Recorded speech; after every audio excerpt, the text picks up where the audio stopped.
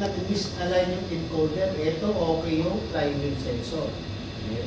5 degrees, marker A input. Ang na-misalign dito, sir, actually, is yung shaft. Ito ang na-misalign. Siyempre, dyan nakakapit yung ano eh, yung encoder natin, yung sensor. So, ang nangyari, ito pala, sir, no? Naka-screw lang pala to.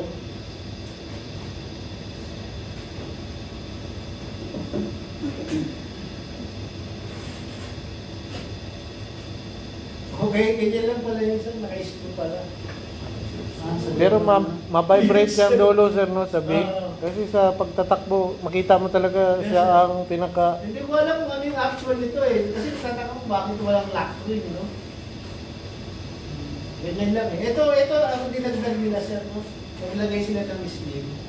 In reality, hindi makapal yung ano niya, no? Yung shaft niya.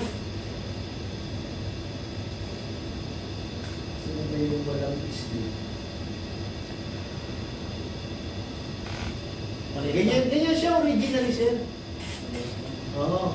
So, pag pinasok mo yan, sir, okay, ibig sabihin, ito lang ang nakapasok. Mga ganyan lang, no? Actually, baka maangan dito lang, sir. So, yun ang trend naman na nakapasok. Okay? So, parang ang ano nito is konti pa nga yung nakapasok, sir. Kasi ang sukat nila dito, mas malalim pala yung nakapasok kasi bumaba pa ito ng konti. Okay. So tama pala ito, nakabaon mga hanggang dito, sagad. Tapos nung nilagay na yung sleeve, bumabante yan ng konti. Okay. So, ito nga yung sukat nila dito, 60. So dayan na ito.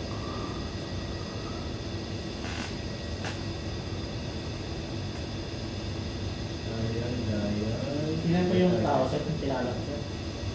Wala, sir. Hindi lang yung tao.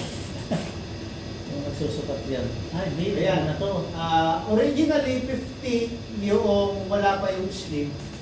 So, nung nilagay nila yung sleeve, naging 60. So, nabawasan yung thread na nakakapit. Oo. So, ganun pa yung nangyari. Technician na pala yan. Technician siya, tuloy yun.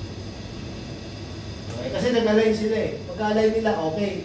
Pero pag-alis nila, nag-marker A input na naman.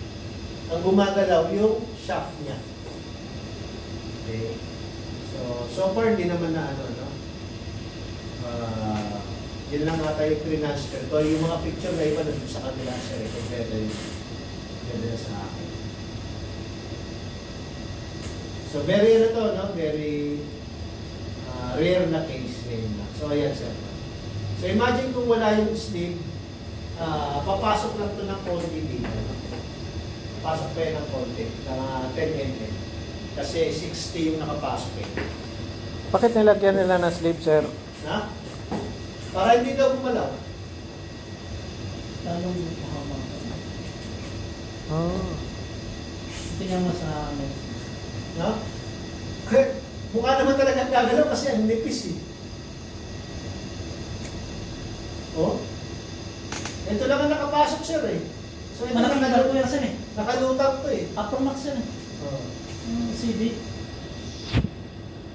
So hanggang dito lang yung pinagkabitan natin ng shaft eh. Ito, umabati lang ng konti.